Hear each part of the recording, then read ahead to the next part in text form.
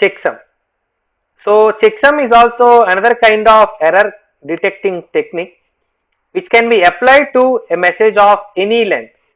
So like CRC, which we have discussed in the last class, checksum is also based on the concept of redundancy. So generally in the internet, checksum is mostly used at the network layer and the transport layer rather than the data link layer, but error detection is a part of data link layer. We are discussing checksum here. So we shall now see how checksum is being calculated at the sender side and the receiver side. So checksum calculation at the sender side, or simply it is called as checksum generator. So the checksum generator does the following steps. The units or data blocks are divided into k sections, as we will be seeing in the example shortly. That is, these units are divided into k sections. Each section is of n bits, that is normally 16 bits. So all these divided k sections are added together using the ones complement to get the sum. The third step is the sum is then complemented and this finally becomes the checksum. Finally, the fourth step, the checksum is sent along with the data. Don't worry if you don't understand. Let us now see with the example after discussing about the checksum receiver also. So at the checksum receiver, what happens? The units are divided into again k sections, each of n bits. All the sections are added together using the ones complement to get the sum. Now the sum is complemented. So if the result is 0, then the data is accepted. If it is not 0, then the data is discarded. Let us now see with the example which makes it more clear. See, as already told, as a step 1, the original data is divided into k sections, that is section 1, section 2, section 3, so on up to k sections.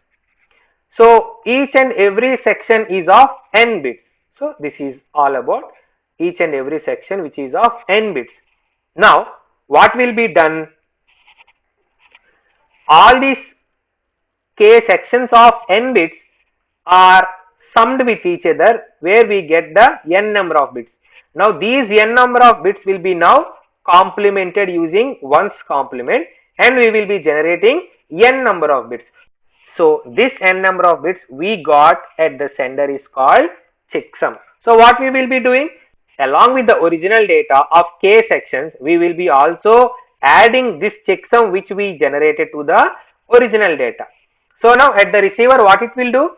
It will receive all the k sections along with the checksum. It will do the sum of all these values. After getting the sum, if the sum values we get all ones, that is after doing ones complement of these all ones, we will get all zeros. So obviously then it will be accepted. If it is not like that, the information or data will be rejected. What is data unit and checksum? Now the receiver adds the data unit and checksum field, right? As we discussed, the sender is here. It is sending the data unit along with the checksum. So data unit is represented with the help of T, whereas checksum is represented with the help of minus T. So now what will be the receiver doing? The receiver adds the data unit and the checksum field. If the result is all ones, then the data unit is accepted. Otherwise, the receiver discards the information. First of all, we have to understand what is ones complement. So in ones complement, we can represent the unsigned numbers between 0 and 2 power n minus 1 using only n bits. So if the number is having more than n bits for its representation, what we will do? We will add the leftmost extra bits to the n rightmost bits.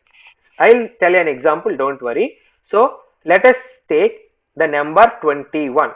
Okay. So now we wanted to represent this number 21 with ones complement using only 4 bits only. Okay. So what is the binary representation of 21? Binary representation of 21 is 10101. This is how many number of bits? 5 number of bits. But what is our question? Our question he has asked is to represent using only 4 bits. But we have 5 bits. So what we will do? We will take the leftmost bit. That is, we want to represent only in 4 number of bits, right? But we have 5 bits. So this last bit we will be removing from this one and we again this bit to this data. That is, Now 0 1 0 1 will be added with the last bit 1. So what is the binary addition of this one? 1 plus 1 0, and then we will be having a carry. So we will be having a 1 here, and this is 1 and this is 0. So this is how we represent with the 4 number of bits only. Okay. Let us now see how we represent the negative numbers. So how can we represent minus 6 in 1's complement form? So what is the absolute value here? It is 6. What is the binary representation of 6? We all know it is 0, 1, 1, 0. But as the sign is negative, what we have to do to represent this in the 1's complement? We have to complement the bits. That is, simply flip the bits from 0 to 1 or 1 to 0. That is, if the original value is 0, flip to 1. If the original value is 1, flip to 0. That is, now how we can represent minus 6 in 1's complement form? 1 0 0 1. Don't get confused. Take the absolute value, do the binary representation of this absolute value, and now do the 1's complement of this value. What is 1's complement of 0 1 1 0? It is 1 0 0 1. So this is how we represent minus 6 in 1's complement form. But I wanted to make a note here. Generally we represent the negative numbers in our computer's memory in 2's complement form only. So this is the usual method of storing the negative numbers, that is signed numbers, in 2's complement form only. So to get the 2's complement form, what we will do? Simply add 1 to this 1's complement output, that is 1 0 0 1 added to 1. What we will be giving? So binary addition, 1 plus 1 it is 0, carry we have 1 here. So 1 plus 0 is 1, again 0, and again we have 1. So this is the 2's complement representation of minus 6. Don't get confused. 1's complement representation is take the binary representation, simply flip the values. This is 1's complement. So in our checksum we are going to use only 1's complement. We are not going to use 2's complement. But generally I wanted to tell you that in our computers we will be using 2's complement to represent these signed numbers. So I am just telling you how we are going to calculate the 2's complement. Simply take the 1's complement and add 1, then we will be getting the 2's complement form of a given signed number. So let us go for another example. How we are going to represent minus 53?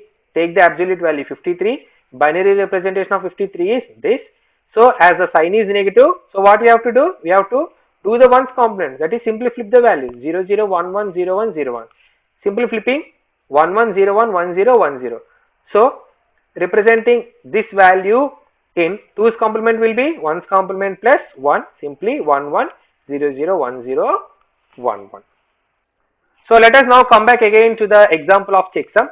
So here I will be clearly explaining how we are going to use the concept of checksum. Suppose the following block of 16 bits is to be sent using the checksum of 8 bits. So this is one block of data which is of 8 bits, and this is one block of data which is of 8 bits. So total it is of 16 bits. So now what we will do? We told that the second step is we will be adding all these values, okay, using 1's complement arithmetic. So this value will be added with this value, that is 1 0 1 0 1 0 0 1 is added with 0 0 1 1 1 0 0 1. So what we will be doing? First of all, we will be doing the binary addition. 1 plus 1 0, the carry is 1, so here we get 1. Again here 0 plus 0 0, 1 plus 1 0, again the carry is 1, again 1 plus 1 0, again the carry is 1. So here 3 ones are there now. 1 plus 1 0, 0 plus 1 is 1, again the carry is here 1. So 0 plus 1 is 1, and finally 1 plus 0 is 1. So now what is the checksum? The checksum is nothing but the 1's complement form of this sum. So what is the 1's complement? I told, simply flipping the values. So 111 000 10, the 1's complement is simply 1 will replace it with 0, 1 with 0, 1 with 0, 0 with 1, and so on, right? So the checksum is 0 0 0 1 1 1 0 1. So now at the sender, the pattern which we are going to send is along with the original data bits, we are going to send the checksum also. Now this information will be transmitted in the transmission medium.